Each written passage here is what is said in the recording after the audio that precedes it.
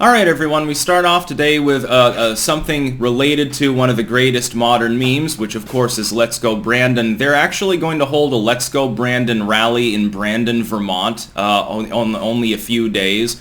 And this is hilarious to me because Brandon is in Rutland County. It's only a short distance from Rutland Town where I live in the United States, so definitely if I was there, I think I'd probably show up because I'm sure that it'll be hilarious. There's like merch and everything else. And this is exactly what I've suggested people should be doing. If you understand that Joe Biden is a miserable failure, Kamala is nuts, quite literally, laughs, when you talk about children suffering, so there's no other way to put it. Now, if you understand that this administration is totally incompetent, you have to face off with the legacy media and the corporate sort of internet complex, pro-censorship, a lot of lies by omission, simply not talking about the dysfunction of the administration, a lot of half-truths, or trying to spit-shine a turd, especially with the Biden admin. Sometimes you can't hide the fact that he fucked up, so you just have to lessen the impact and say, well, it's not that bad. Yeah, look at Virginia. Oh, that's not a bellwether, even though we said it was for months. If you understand this. The way to respond is through nonstop satire, and part of that is language Creoles. The fact that people are chanting Let's Go Brandon interchangeably with Fuck Joe Biden is great because it means that it can't be censored as easily. This is a language Creole. You learn about it in like linguistic anthropology. Oftentimes if you have a subcultural movement or a group of people for some ethnic or religious or whatever reason that are suppressed, a new language group develops. We're beginning to see this as big tech, in partnership with Beijing, Biden, and other miscreants in the government in fascistic sense, team up to try to censor dissidents. We're seeing language Creoles. It's very funny because it stops them from censorship. They get really, really angry about that, and you'll see them say stuff like, well, don't be a coward, just say the real phrase, fuck Joe Biden. It's like, well, you don't understand the point. You are an unintelligent, unenlightened person who wants others to be very literal so that they can be censored, and they're too smart for that now. Before I get into this a little bit further, keep in mind if you're watching this video on YouTube, pinned comment down below with links to 4 other video hosting sites that I use. Keep in mind, I make 2 or 3 exclusive videos every day. By the way, I am aware that the pumpkin is beginning to rot. Don't worry, I'll be taking that out today. I'm not just going to sit there and let it crepitate until it looks like Maxine Waters. Horrifying as though I know that should be your aim for Halloween.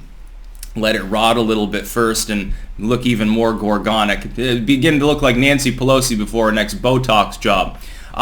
This is how you do it. You take a popular phrase, you take a popular idea, you take a popular viral meme, and elaborate upon it and spread it in a very funny way. It's partially about the humor. If there's no humor involved, people won't get involved as much. This is the sort of way that you affect things like turnout too. You make it fun. You make it participatory in nature. You make people laugh. Well, if you look at the Democrats right now, they are very dour and sour.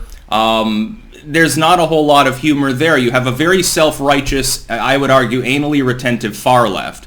And then you have a bunch of massively old neoliberals that have been in office for 50 years. Nobody gives a shit about them. Where's the humor? I mean, you can't really find it.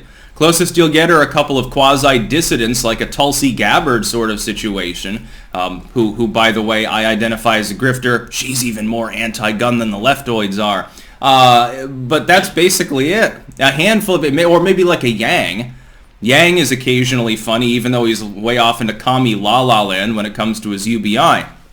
Now, Let's Go Brandon is arguably one of the greatest modern memes. Now, it's definitely got staying power. It shows no signs of stopping. You see it metastasizing now beyond just sports events. And now you've got real-world rallies. By the way, there are a bunch of other Brandons in the country. There's probably like dozens of them. Other communities should be doing the same thing. The number of people who linked this to me was sheer. Dozens of people are trying to show me this particular news story because it's from Vermont. Some of them probably don't even realize how close it is to Rutland. It's like basically 2 towns away. Brandon is a miniaturized version of Rutland, or I like to call it like the western side version of Woodstock. Sort of similar, quite touristy, quite scenic. Not a whole lot beyond the main street other than some houses. It's a nice place, by the way.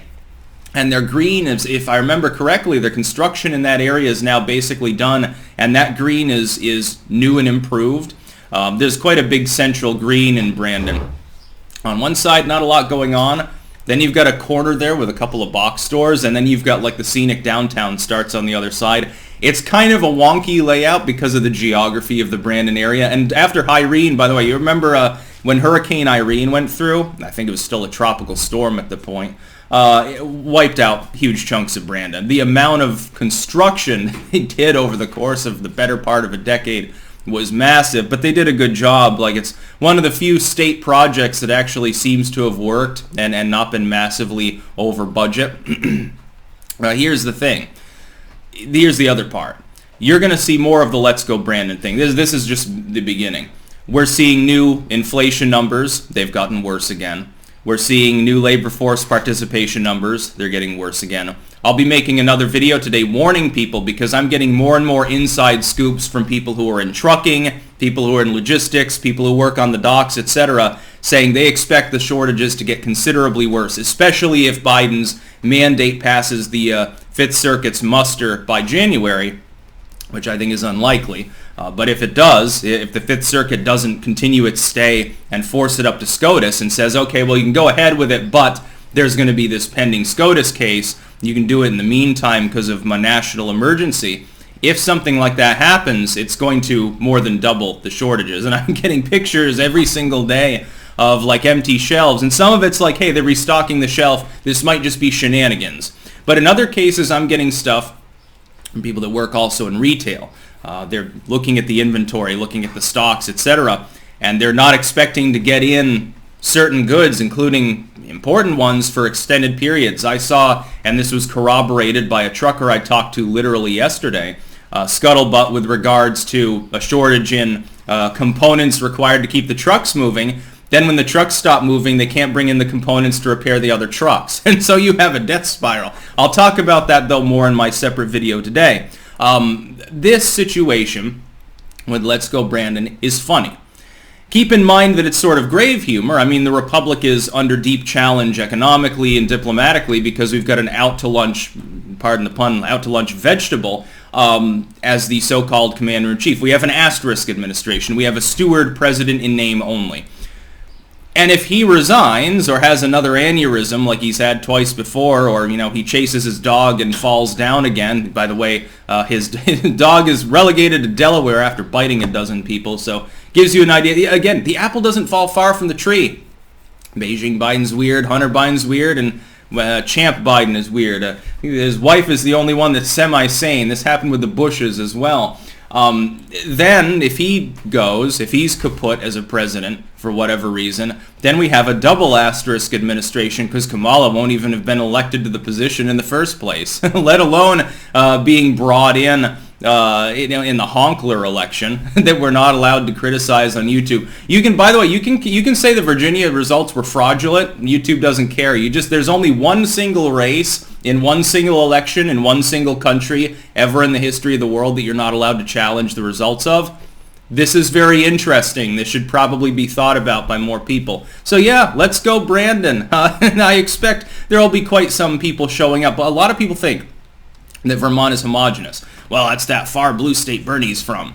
Well, Bernie represents Burlington and Montpelier, basically. He represents the stuffy, old guard Montpelier elites and the hippy-trippy UVM types, which most of UVM students aren't even Vermonters, aren't voting in the Vermont elections.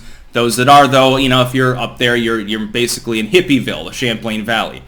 The Rutland area, the parts of the Bennington area, certainly the Northeast Kingdom, etc., lean red, and there are parts of the state that like Rutland's core is swing state area. Outside of the actual towns, it's all a bunch of Republicans, actually. It's, you know, sub-small town America. It's rural. It's mountaineers sort of land. It's still, they're literally still hillbillies wandering around not far from the Woodstock area. Woodstock, the tourists don't see the hillbillies. They see the hippie ice cream shop. They go over to Bridgewater. It looks like West Virginia. This is the truth of Vermont beyond Main Street in Rutland. Merchants Row, beyond Cherry Street or Church Street in Burlington, beyond the main road in Montpelier with all the government buildings. The truth of Vermont's a little bit more complex. I wouldn't be surprised if this is one hell of a rally. Probably more likely to be peaceable than other political rallies have been, because Vermont doesn't have as much of the leftoid, like Antifa activity going on. That's like big cities, because in Vermont we actually prosecute people for burning Wendy's down. We actually do have a more or less functional legal system, as opposed to like Portland or someplace like that. That's about all. Peace out.